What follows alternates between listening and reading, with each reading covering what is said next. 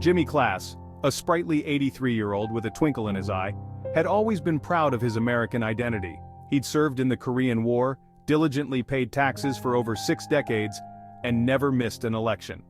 His life was a testament to the American dream, a self-made man who built a successful business and raised a loving family. But all that came crashing down with a single letter.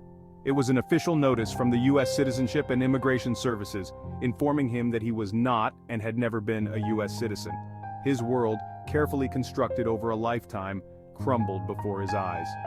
The news struck Jimmy like a bolt from the blue. He'd been born in the U.S. in a small town in Ohio to immigrant parents. He had vague memories of his parents discussing papers and citizenship, but it was all a distant blur from his childhood. He had assumed, like most people do, that being born on American soil automatically made him a citizen. His parents, having passed away years ago, couldn't shed light on the situation. It was a nightmare he couldn't wake up from.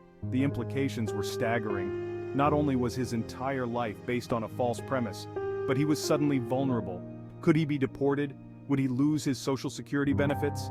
The questions gnawed at him, each one amplifying his fear and uncertainty.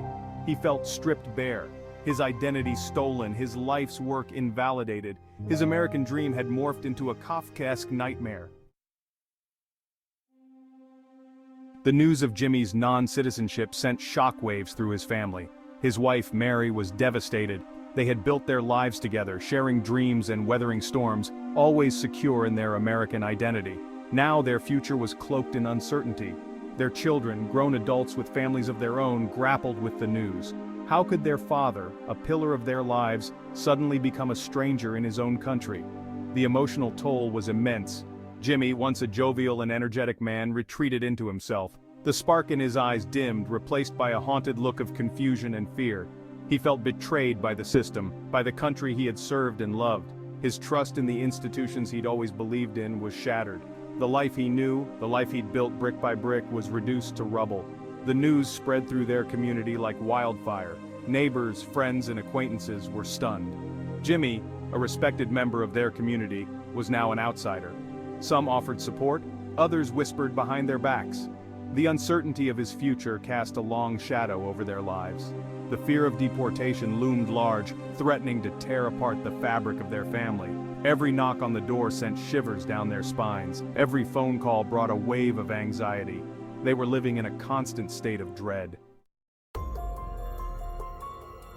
Faced with the daunting task of proving his right to stay in the country he'd always called home, Jimmy sought legal counsel. The process was labyrinthine, a bureaucratic jungle of paperwork, deadlines, and legal jargon. He felt lost and overwhelmed, adrift in a sea of legalities he didn't understand. The lawyers spoke in hushed tones, throwing around terms like derivative citizenship and statutory construction that only added to his confusion. The legal battle was arduous and expensive. Jimmy, a retired mechanic living on a modest pension, had to dip into his life savings to cover the mounting legal fees. The financial strain added another layer of stress to an already unbearable situation. He felt like a character in a Franz Kafka novel, trapped in a surreal nightmare with no escape. The legal system, meant to protect and uphold justice, felt more like a monstrous machine designed to crush him. As the case dragged on, Jimmy's hope began to dwindle. He felt like a pawn in a game he didn't understand, manipulated by forces beyond his control. The legal process, with its endless delays and technicalities, seemed designed to wear him down, to break his spirit. He longed for the days when he could enjoy his retirement, tinker in his garage, and spend time with his family. Now, his life was consumed by the fight for his right to exist in the country he'd always called home. The American dream had turned into a legal quagmire. Like and subscribe for more videos like this.